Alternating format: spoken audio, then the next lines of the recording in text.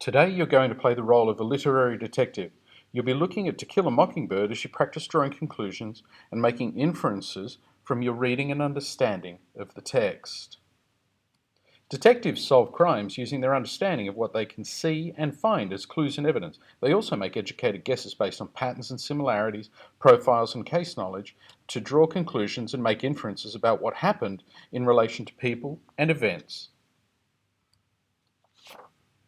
When you draw a plot, character, or literary conclusion, you are like a detective. You look at what you can find in the text as evidence, build an understanding of what is not said, what is missing from the passage, and then make conclusions about what you know or infer or predict about what may happen next. As always, you'll be asked to justify what makes you say these things. In other words, why do you believe this to be true? Here's an example for you to try yourself. Pause the video at this point. Read the problem, jot down a few points of interest, things you know or don't know, then start it again. Don't jump to any conclusions, ask questions instead. Sort out the facts before you offer an answer. What you choose to do is defined just as much by what you don't know as what you do. Here are a few things that we know already. The old lady has the most immediate needs, and the car might not be big enough for all the passengers. There are a couple of things that we can take as assumed knowledge, factors that may or may not influence our conclusions. This assumed knowledge can be affected by social, cultural, political, civic, moral, and religious beliefs or systems, and even differences between the time periods in which the two texts were written and when you were reading it. Pause again to consider your options, fill in the gaps, and then what is your solution?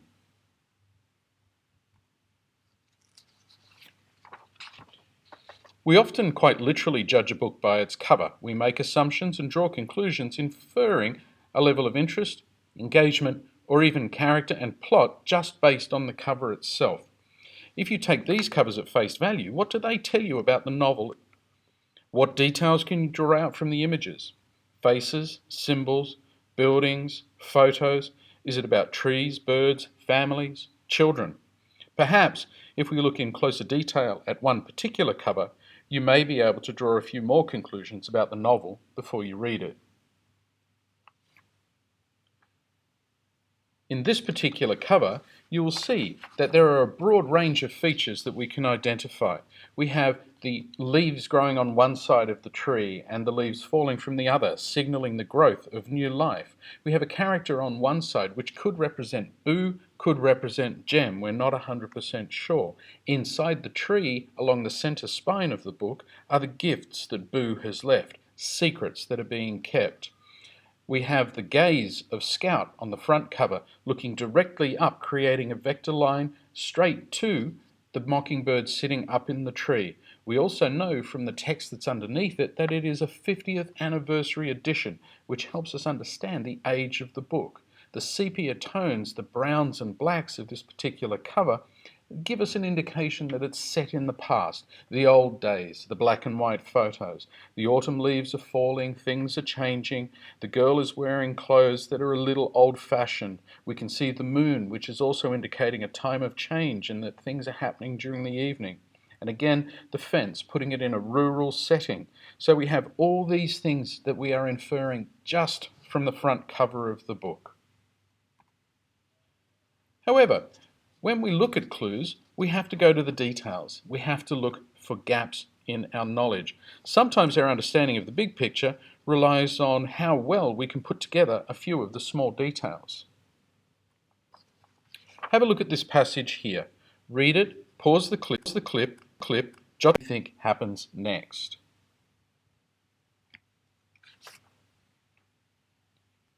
Were your conclusions correct? Read the rest of the passage to see if the situation gets any clearer. Pause the clip and have a go at answering the questions here for yourself. Start the clip again once you're done. Now you have read the text, examined the evidence, looked for gaps in your understanding, used facts, and then made inferences and drawn some conclusions about the text, you should be in a better position to be able to answer a couple of questions about the book itself. At the end of the day, Making inferences and drawing conclusions is based on the gap between what you know and what you don't. It doesn't have to be rocket science to be a good conclusion. It simply has to be based on reading the text and understanding the characters and the events and trying to get an idea of what happened before, during, and after the passage that you were reading.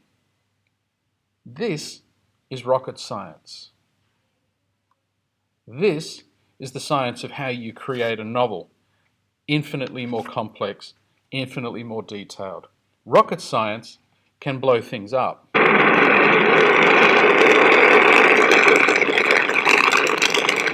Great literature can blow your mind. So, just as being a detective has changed over the last century, you have to decide what sort of literary detective you're going to be.